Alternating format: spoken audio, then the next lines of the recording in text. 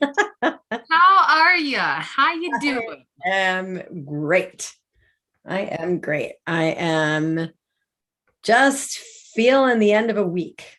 The end of a weird How week. are you? Oh How you boy, doing? is that me? That's Great. me. I am great. Hey, I think we got it. Huh?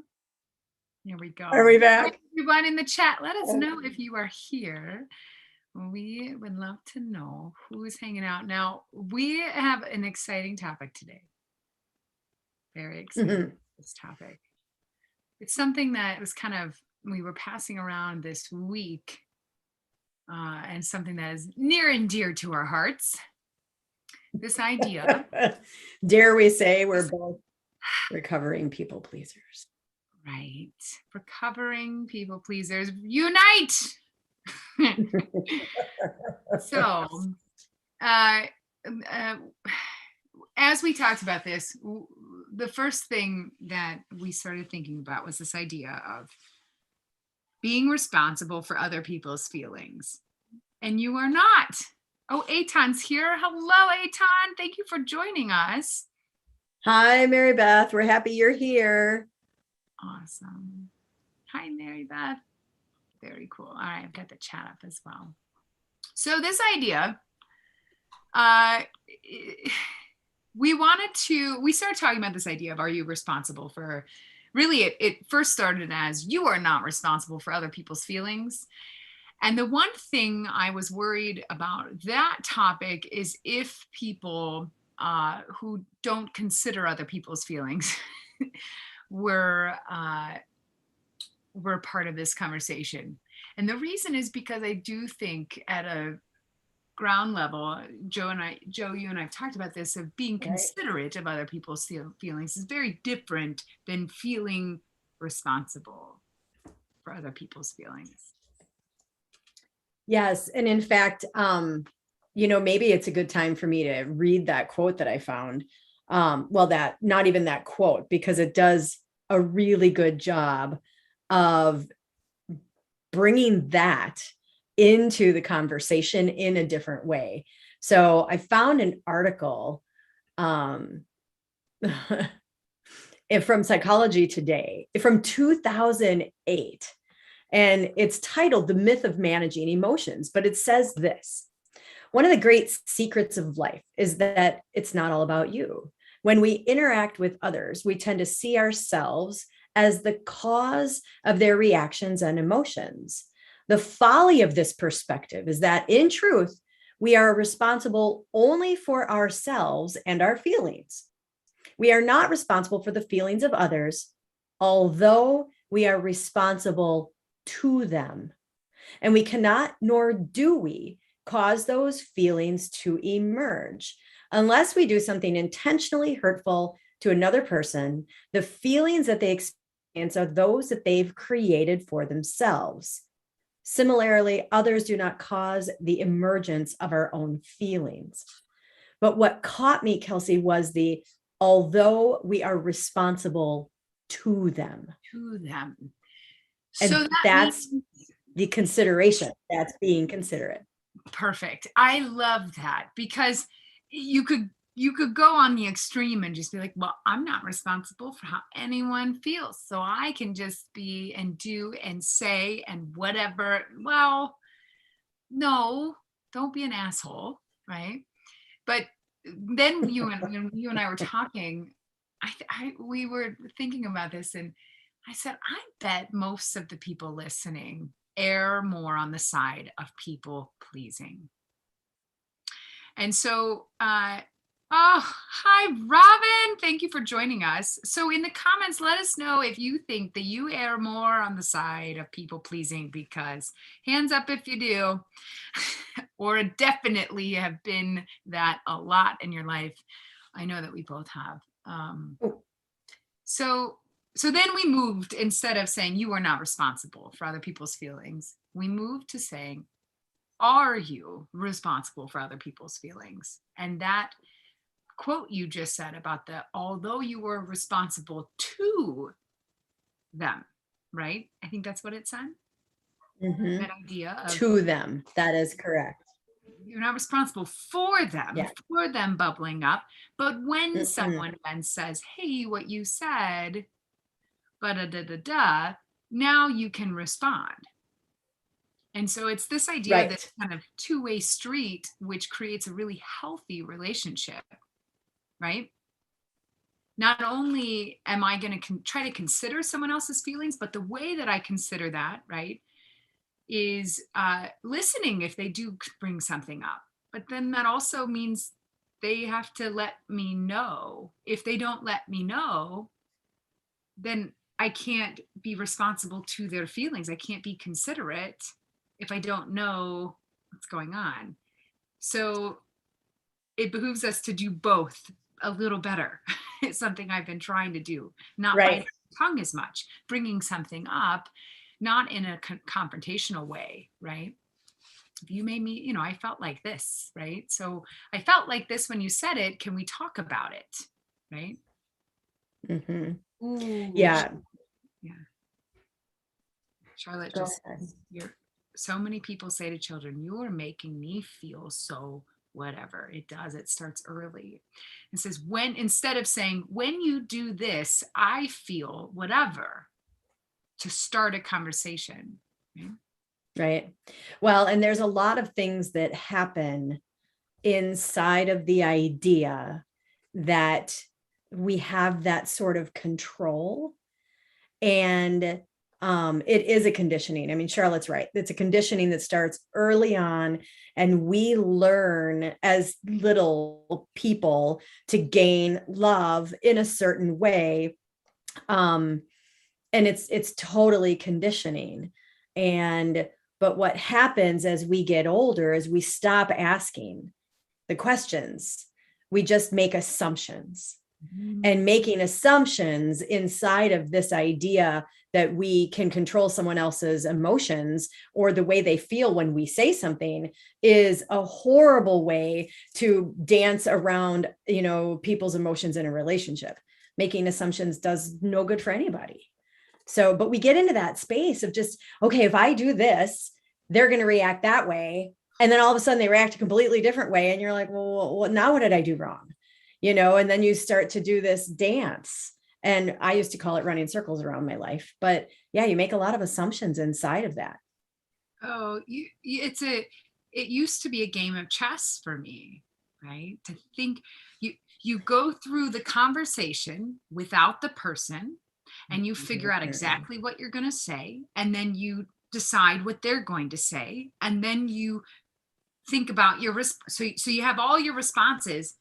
So you enter this conversation, and you're not even listening, because you're only listening for what you had assumed they would say back, so that way you have the perfect response. I mean, and it sounds silly when I say it out loud, but this is how I operated.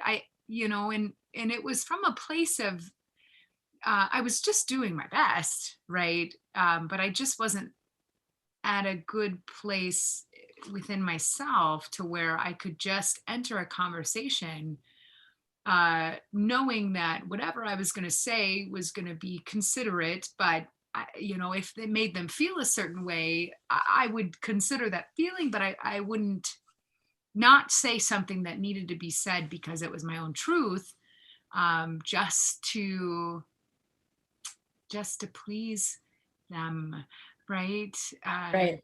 Because you walk Right. away not feeling great. You walk away feeling kind of gross because you just didn't speak up on some things. Right. And really, as we chatted about earlier, it introduces inauthenticity into the relationship, because your authentic self may want to say the thing, and then it gets stuck because you're watching the other person's feelings and reactions and emotions, which could be coming from a completely different place. Maybe they had a bad day, maybe one word you used triggered them, and all of a sudden they're thinking about that traumatic experience. Maybe it reminds them of something that they used to hear long ago, or they heard a song on the way home that didn't resonate. Whatever it is, we look and adjust to other people's feelings and emotions instead of being authentic to ourselves, confidently authentic, knowing that it's okay, doing authenticity out of love, right? not out of fear, because it totally gets messed up when we do it out of fear. It does. It does. One of the ways that I was able to kind of move away from this, and this tends to be you guys know this is my theme. Like when we've talked about other things that maybe scare you, I think of things like, well, are you going to lose an arm if you do the thing that scares you, right? Like I think of an extreme that helps me kick myself out of any little rat races my brain is doing. So one of the extremes for me with this that helped me pause and not just be a people pleaser, not feel responsible for someone else's feelings, is at the point when I realized that if I really believe that I'm responsible for someone else's feelings, like I don't want to make them mad, right? I don't want to make them up, like I don't, if I really think that that's my responsibility, that means that that means I also think I'm in control of what they feel. And when I put those words on it, I went, oh, I that's almost like erring on the side of like manipulation. And then that's definitely not the path I want to go. I'm not in control of what other people feel. And if I switch it in my brain like that, it helped me, that extreme of, well, if you do this, then you actually think you control their feelings. Then that kind of helped me back up and go, oh, I don't want to go down that route. Right. Right, right. You're bringing up something that connects to inner child work for me. Because as it was mentioned earlier, this is something that is conditioned to us inside of us as we're growing up. And our inner child is seeking a response. We want to be the good girl and the good boy, and we're seeking love, and we don't want to be punished. And so the inner child will come out in those moments. And as an adult, because we're an adult, it comes across completely differently than it's intended. Like the inner child is still trying to seek love and gain love and look for approval, and that wants all the good things that little girl and that little boy got when they were in that place of watching their parents' reaction when they said or did something. Right. But as an adult, it comes across completely differently. And then we get into the idea of manipulation or narcissism or whatever else might be, when in actuality, those traits are stuck little kids. Like they're stuck little kids just trying to get out. And when we think we're responsible for other people's feelings as an adult, it gets really hairy. It gets all messed up. As a little kid, though, you're just looking for a response that means that they're laughing with you or loving you or patting you on the back or giving you the sucker or whatever you want, right? But as an adult, it's a completely different context, even though the subconscious is still the little kid, that little child. Right. That just all came to me when you said that. Oh, I love that. Well, and that goes right into some of the lyrics of the song. So I found all of us a song that you can play and dance to and get pumped up about times when you realize you're being a people pleaser and you really are trying to change your mind. Okay. So this song I'm going to put it in the YouTube chat. So let's see here. This song by Andy Allo is called People Pleaser. And it is a fantastic song. And I'm going to read some of the lyrics here. The verse 1, and this is a really upbeat, funky tune. It is the funkiness of it. I was like, yeah. It is a but wait. song that I hope that it might give you something to use as you kind of work on this, or if something comes up and you're like, I need to make this decision and I know the right thing to do, and I just need a little bit of energy and motivation to do the thing, and then this song is going to help you. So in the verse 1, she says, so consumed with being nice that I forgot to live my life.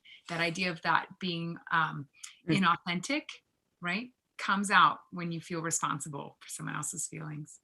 Such a people pleaser, now I see I wasted so much time. Yes, they like me, but they expect me to be there at a drop of a dime. Well, I changed my mind. I used to be a people pleaser, but I had a change of mind. So this idea of changing your mind, you can, and you don't have to be a people pleaser. But I like that she said that so consumed with being nice that I forgot to live my life. That idea of you you might think that you're making things better by being nice to someone and feeling responsible if you just, if you said the truth, and but really then you aren't living, you weren't authentic. That's right. And I love the idea, the next line of then they expect it. And they expect. Then they expect it.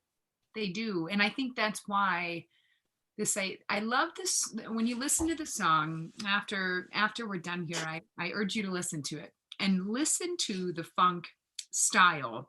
It's kind of a choppy funk with lots of hits.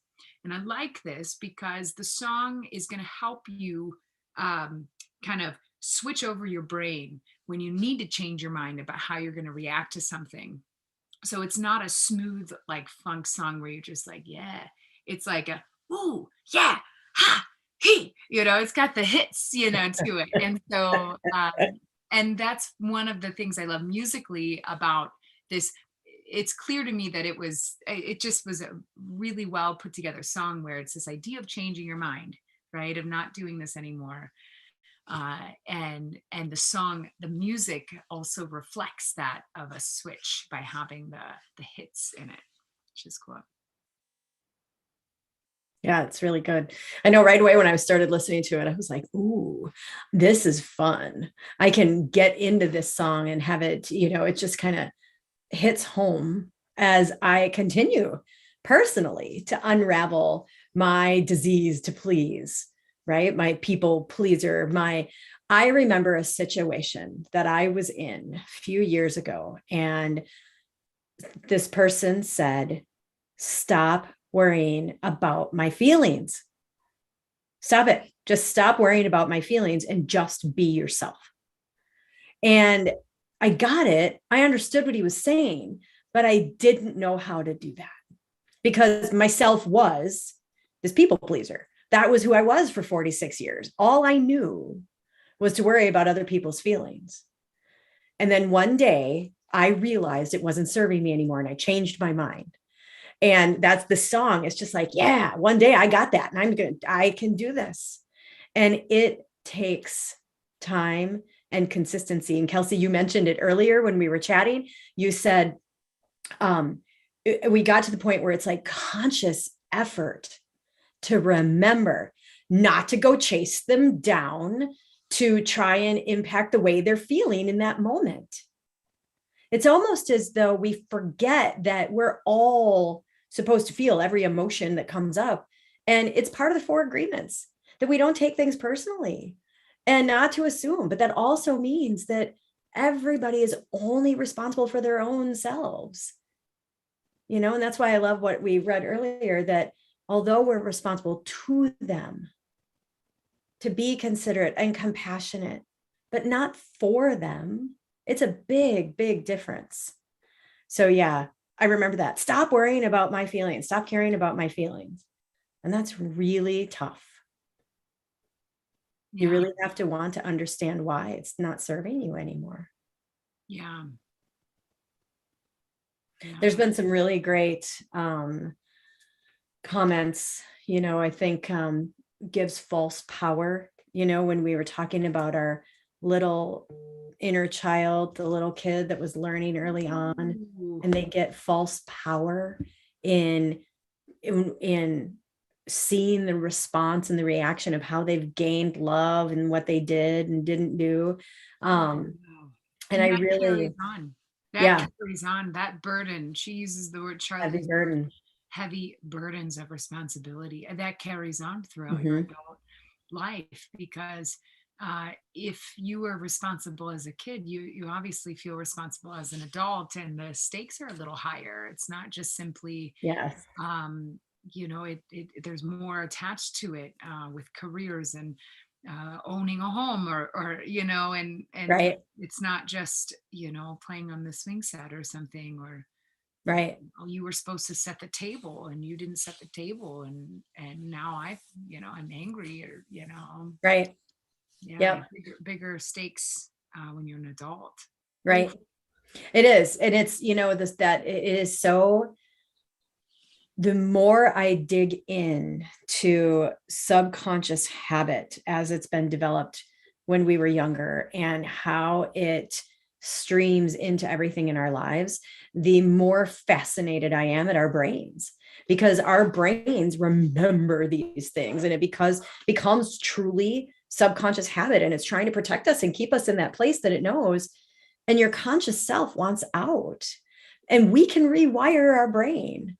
It takes lots of repetition and reminders, though, which is what you had mentioned before. Like, I really, some days when I want to run after someone to try and fix something because I see them being sad, or I really have to hold myself back. Like, no, Joe, pretend there's a bar in front of me and I can't get past it. No, it's okay for them to feel that way. They will work through it. It's not about you. And I Right. have to tell myself that. Right. And if you're a people pleaser, it's at that point in time you have to remind yourself that the best thing you can do is give space and be open to whatever they come back with. And so sometimes when I've done this, where I know that maybe I've upset someone, the simplest thing you can do is just be like, hey, I am here if you want to talk. And no matter what you want to talk about, like, just letting them know the door is always open, kind of thing. But again, for me to stop that habit, and I love that Charlotte brought up of something, it being when it's subconscious, it's always there, and it requires tons of conscious work. And Yeah. dare I say, it never goes away. It's always Oh, yeah. there. It's okay. It's always there. I mean, um, It's always there waiting to be paid attention to. Absolutely. yeah, That's the ego. That's the ego. And the ego is always like, hi, remember me? I would like you to pay some attention to me. And then all of a sudden you get triggered and you're like, okay, I'll do that. Let me do that. That's this whole idea of pleasing others, the fawn stress response, or any other stress response. But in this case, the fawner. And they just like crawl back up that rope, like, okay, I got some leverage now. And right. you have to unravel it again. Right, you do. And it gets easier every time you unravel it. And right. And then as you go through that people pleaser thing, again, for me, the easiest way is I like to go to an extreme in my brain, because it kicks me out of it allows me to observe what's going on and kind of think about something ridiculous. So for me to say, oh, I think I control their feelings, that's such a ridiculous statement for me, like, to say out loud. But by saying it, it causes me to go, oh yeah, I I spoke my truth. I came from a place of love. It Mhm. might have upset them, and I'll just be open if they want to come back and talk to me about it. And I won't come in with expectations of how they need to feel, because I'm not in control of that. And I'll honor their feelings as much as I hope that they honor my feelings and my truth. But Yes. it's way easier said than done. So Way easier said than done. so that Kelsey, yeah. yeah, keep going. Oh no, I'm just reiterating this idea of it takes you have to do it again and again and again and again. And then you have to Yes. find out what works for you. For me, it's going to an extreme. So if I think that I control their feelings, I go, whoa, that's a weird statement. And then I back up and I go, oh yeah, yeah, I don't. Um, but you have to find what it is for you. For you, it was the bar, thinking of a physical bar in front of you, like, no, no. And and also another thing I know, a friend of mine, this works for her, is she puts herself in someone else's shoes and she says, oh well, wait, if the roles were switched, I wouldn't expect them to try to monitor my feelings. Like, I'm a big girl, like I can handle my own feelings, right? Yeah. So you offer that then to someone else, like they're an adult, they can handle their own feelings, right? Right. Right. I think we get sucked into the idea that the person in front of us can't, because we've never given them the opportunity to do it and to show us that they can, because we've been so wrapped into this codependent need to be in control of their feelings. And, one of my favorite ever, I took a couple of quotes and I made my own quote and I love it. And it's, repetition is the mother of all learning and practice makes the master. So repetition over and over and over again. And my word for 2021 has been mastery. Practice makes the master. And I keep telling myself this, like, practice this, Joe. You don't need, I've actually said it out loud. Like, I really want to chase you right now and I want to fix this. So I'm really working hard at not doing that. I'm going to walk away. I'm going to let you be. I've come out and said it, because then they know too that I'm struggling in my own mind to go do what I've always done. And I get a good reaction when I do that. I get it. Okay, good. I'm going to walk away too. So then we go do what we need to do to get out of that space. Yeah, it's truly, So I want to address, first, thank you, Robin, that you made my heart take a leap. same, a hug to you, thank you. Yes. And Aton, I tell you what, you are right. You are the biggest fear that people pleasers have is rejection. Yeah. So that is known in, psychology, that we people pleasers are afraid of being rejected. And it comes from experience of not doing a thing the way that it was meant to be done in someone else's eyes, and then we're rejected. And so we go people please on them. So yes, you are exactly right. And it's an opportunity to move through the idea that they're rejecting you, because they're not. They're actually just not able to process what's in front of them with you. It really never has anything to do with you. It has everything to do with them. And that's what I keep reminding myself. Don't worry about someone else's feelings in that sense. It's tough. It is. It's really tough. So his comment and what we're talking about now, it's this. So we're talking here about, like, are you responsible for other people's feelings? No. And then it's like, why do we ever feel responsible? Right. And that's where he's getting at. And that is also a really, really good question to think about, because as we understand, and this from my course, Eitan, I like to know why. And when we learn the why for something, we can apply it to anything, right? So Joe was talking about it being like the stress response, or needing to, you've been rejected, so you're going to please people so that you don't feel as rejected.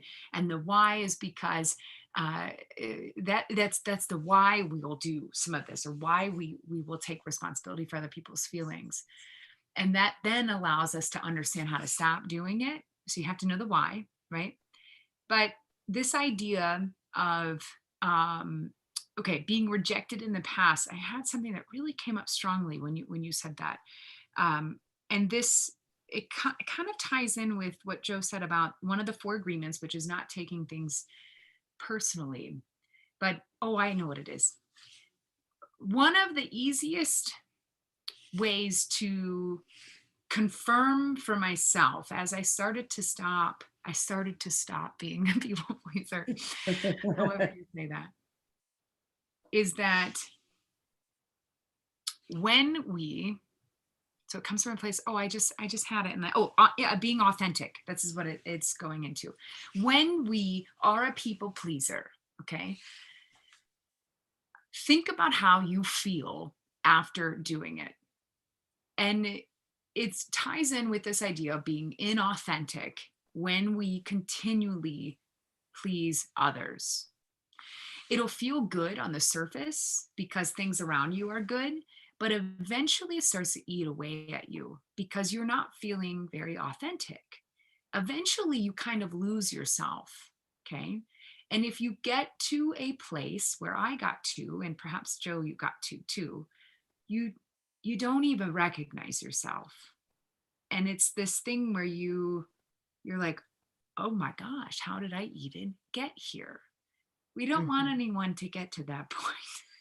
So Yes. when you feel like maybe you're being a people pleaser, it's worthwhile to not just think about the feelings of the instant gratification that it might have. Think about how you Mhm. feel afterwards, long term, because if it's not feeling very authentic, it Ugh. will eat away at you. Yes. And in fact, it goes back to what Angela said earlier, which is not saying something to keep the peace. Mm, It is, and we just had this conversation last night at the dinner table. And a dinner table doesn't always happen around here, with older kids and people doing their thing. But it is that the most important thing in any relationship is communication. And the idea of open communication can be a little scary because you all have something to say that aligns to your own experience and may be different and not well received. And then how do you say it so that the other person doesn't take it one way or another? You're not responsible for the way they hear it. You're responsible for the way you say it. And keeping the peace by not saying shit, only, I don't know, Angela, about you, but my box of keeping the peace and all the stuff I was compartmentalizing when I was keeping the peace was like spilling out all over and need to be sewn up a couple times. The seams were all broken and it was huge. And when it popped open, there was no containing it anymore. And that's what Kelsey's talking about. I think, right, Kelsey, that all of a sudden you're like, I don't know who I am anymore. I yeah, can't all of a do this thing. sudden yeah, because you've just spent so much effort, right? So much effort to like keep, this happy and this happy and this happy and then you're like, I have no time. I have no effort for myself. Wait, what am I even doing? What do I Mm, even believe? Because what you believe doesn't even become important because you're only concerned about what to say to make someone feel a certain way. It just becomes you're not even visible to your inner self is no longer visible. It's not mm. even it's shining. The lighthouse is always shining, but it's not emanating from you because you're just concerned about pleasing others and trying to Right, make sure they feel a certain way about you or the situation. right, You just get right. And I lost. think what's so lovely about the opportunity to drop the idea of controlling the way other people feel based on how you are or you act is um, that you learn to then only take care of yourself in a way. And Charlotte mentioned this, and this is one of my missions in life, is self-love and putting yourself first. When you learn to do that, everybody else around you can also learn to do that. And then it's a beautiful dance together, not necessarily one where you're always stepping on each other's toes and you're afraid to walk on, out in front of them or whatever. But it gives you the opportunity to really self-love and know yourself and find your truth, right? And that lighthouse then can shine brighter and brighter and bring you closer and closer.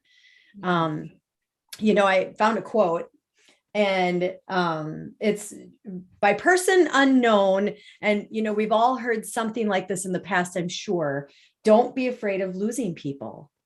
Be afraid of losing yourself, trying to please everyone around you. Oh, well, that just hit a home run quote. That was a home run quote. Mhm. And it can be so hard not to be afraid of losing people, Mm. because those are the people that we've sought love from. I don't know. Those are the people that we have, tried to please all the time. And it can be really scary to take a step back, put yourself first, and not be afraid of losing those people. But I, it's essential. It is really. essential. And I'd love to talk about something that's definitely happened in my own life of some people I would bend over backwards trying to please them. And it wasn't okay when I stopped. And I want to bring this up in two ways, because if anyone's going through this right now, what I had to do to regain myself, and again, I always go to extremes, and that's my way of dealing with things. I go to an extreme and then I find my like homeostasis right after that. Yep. My extreme is to not care. Okay. My extreme is to not trust anymore. My extreme is to, yeah, not trust would be would be a good one. It is really just, separate, right? And I'm much better now where I don't have to go to the extreme. But when I started to move away from people pleasing, I had to go to an extreme in order to find more of a stable kind of landing place. One thing I'll tell you for sure is if you go there to the extreme, the people who like um, are the people who really do care, and the people who are good for your life and are kind of meant to be there will always remain, and they'll laugh about how you went through this later on, right? And they'll be proud of you and all this stuff, and they'll be moving and grooving too. But you will lose people. And if you need to go to an extreme, which is something I did, where I stopped trusting people completely, right? I had to kind of go to that extreme so that I could find my level of trusting myself and then not feeling responsible, right? Because I've felt that from other people that, like Charlotte was saying, well, you made me feel this, it's your fault, and but that. So then I just went, oh, I'm just going to stop caring at all, right? Hmm. It sounds weird for Yeah. someone like me to say that, because I know you guys think I'm like really, I am a caring person, but I went to an extreme at some point in my life I had to. So what did that give you? What Yeah. did you gain when you did that, Kelsey? What was the first thing that you gained when you did that? I gained space to, I think I just gained space to pause. I, I was so just consumed by all of that, by everyone else telling me that I was responsible for something that they had done or they felt. It just paused everything. Yeah. So if anything, I gave myself a break, and it didn't feel the best, right? It's not where I ended up, but that extreme helped me just pause. That's what I Yep. gained from that. Yep. And inside of that pause, the cool thing about a pause and a stillness and space is that you're open to letting new things come in, right? You're open to seeing what's actually inside of your own truth. You move away from the craziness of the constant reaction to life, and you get the opportunity to respond instead. So over the years, I've become this literalist of words, and words can have meanings, and you and I love to have different ideas about words sometimes and how they work inside of something. But when we react, we are in that subconscious place, likely in a stress response. When we respond, we are in a more open state of being. That's what you gave yourself inside of that space. Even if you had to go to the extreme, not everybody has to do that, but that's what you needed to do in order to get more aware of how your truth was coming through and how you were then going to move forward. Right. Right. So And I, you love the why. Scientists love the why, love the data. I love the why, not because my scientist brain is on fire like yours, but I also then go to the how of moving forward. And that's, if you have the why, then you can figure out the how. right. And I should note that this isn't something that I just stopped trusting and then stopped doing all this for, a week or something. I mean, this is going through the muck. This is it happens slowly. And then you realize you're on this extreme end and you're like, oh wow, I have trust issues. now. And then you have to start to uncover, why do I have trust? Well, I have trust issues because I was bending over backwards for everyone else. And I didn't know how to handle all of that. And so the easiest way is to just not handle any of that and not, just, oh, what? You know what? You were doing the thing, expecting a specific outcome, and all of a sudden those things weren't happening either. Remember, we had chatted about that you were like, yeah, I'm doing all these things, and these, and it's not the outcome I was thinking was coming my way. It wasn't coming my way. And instead it was, you were getting tossed into this fire. And so the expectation of the outcome was wrapped inside of what you were doing as well. And remember what you told me earlier, maybe you don't remember this, that you've dropped the idea, you've let go of the outcome in this new space. Ooh.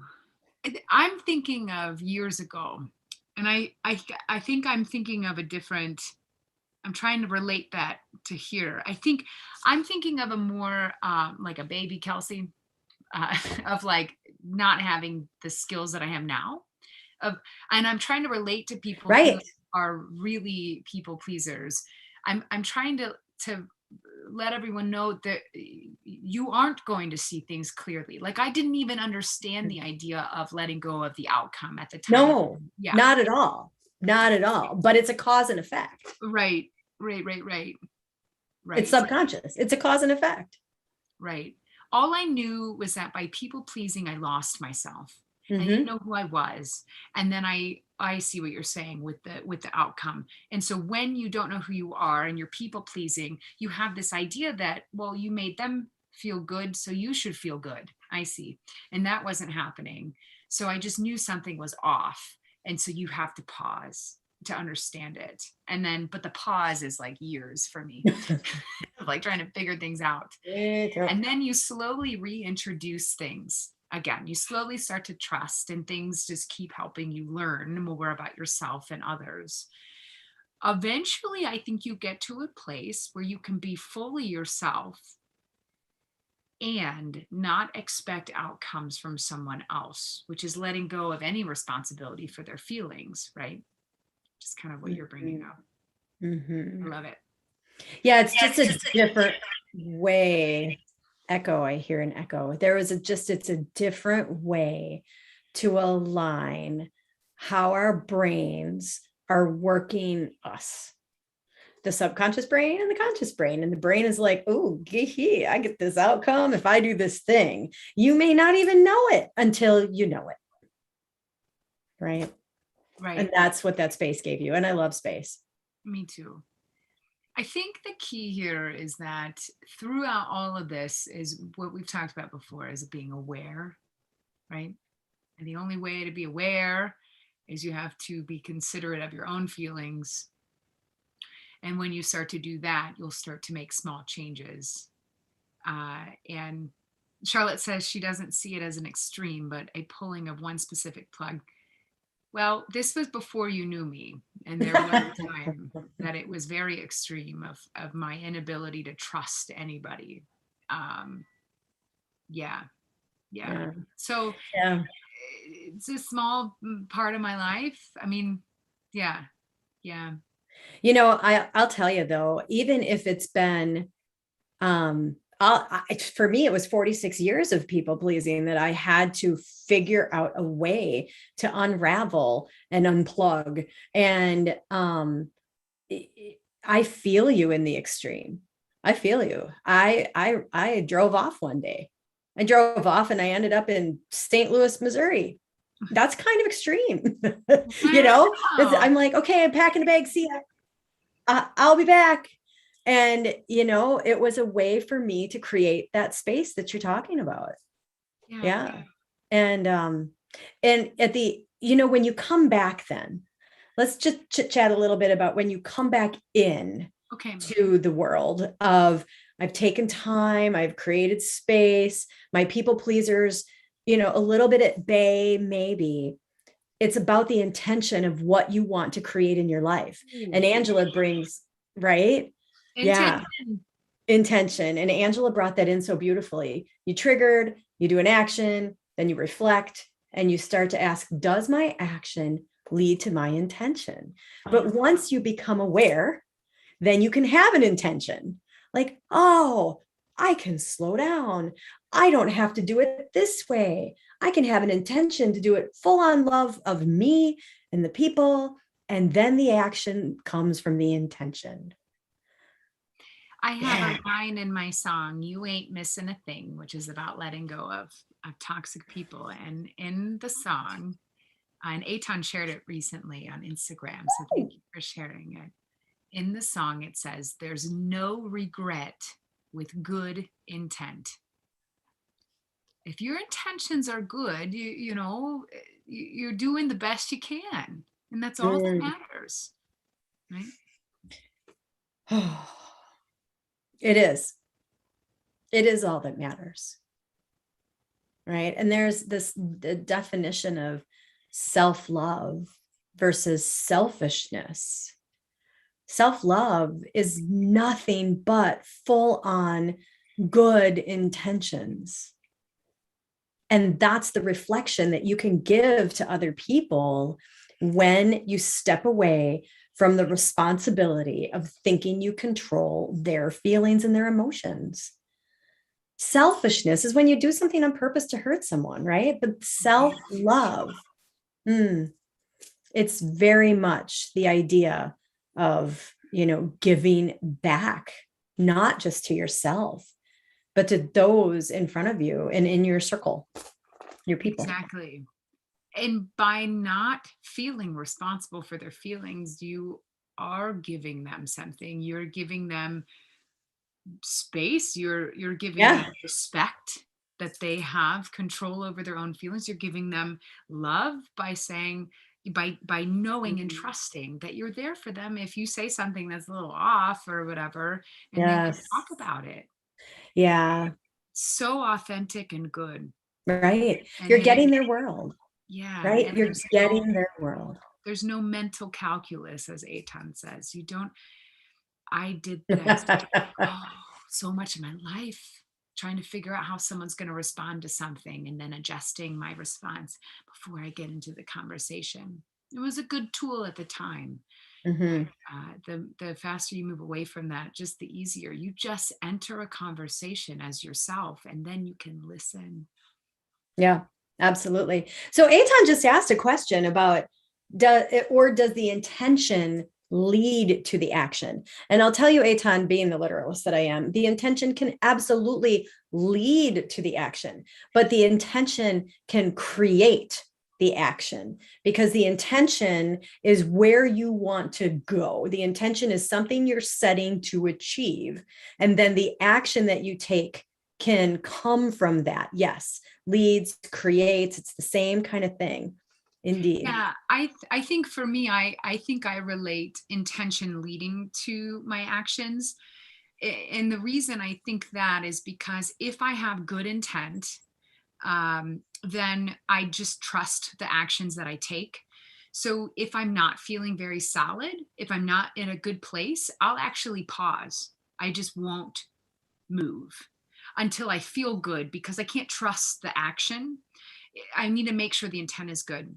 And Ed just brought up something too, also about intentions. It's also been said that other people's perceptions is their reality, regardless of your intent. Absolutely. Absolutely. And this is why it's so nuts to pull back and think about feeling responsible for someone else's feelings and understanding that, like, that's their own reality. Like, you can't assume what someone else is going to think about what you're going to say. And then it's whoa. Right? I totally agree, Ed. Yep.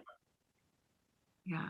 Yeah. It's tough because, we all, that quote that their perception, is their reality, regardless of my intent, or other people's perception is my reality, also leads me to knowing that if their perception is my reality, I get the chance to really feel into it for myself. I don't have to worry about what their perception is, in my reality because I get to perceive it in my own way. It's like the infinity loop and it goes back and forth all the time. But Kelsey, what came up a few weeks ago, the actions that align to the purpose create the momentum. Oh, say that one more time. I love this when you say Yes. it. Every time I ask you to say it more than once. Yeah. Go ahead. The actions that align to the purpose create the momentum. The actions that align to the purpose create the momentum. Mm-hmm. And what's exciting about the momentum is with momentum, we see good things happen. We see alignment, and it will fuel us to keep going inside of that same place. And that's the idea of repetition, that once we self-love and once we do the actions inside of that, then we can continue to do that because we see the good that comes out of it that creates the momentum. Right. So not worrying about other people's feelings. Yeah. Is part of it. Right. This might be for another time, but there is also, you said the actions that align with the to the purpose. The actions that align through the purpose create momentum. I'd also think it might be useful to talk about momentum that it's not going in the direction that you really want, because I think it's also very easy to create that momentum as well. Oh yeah. Yep. And for sure. Oh my gosh. We could totally have a conversation about what frequency we live in. Yeah.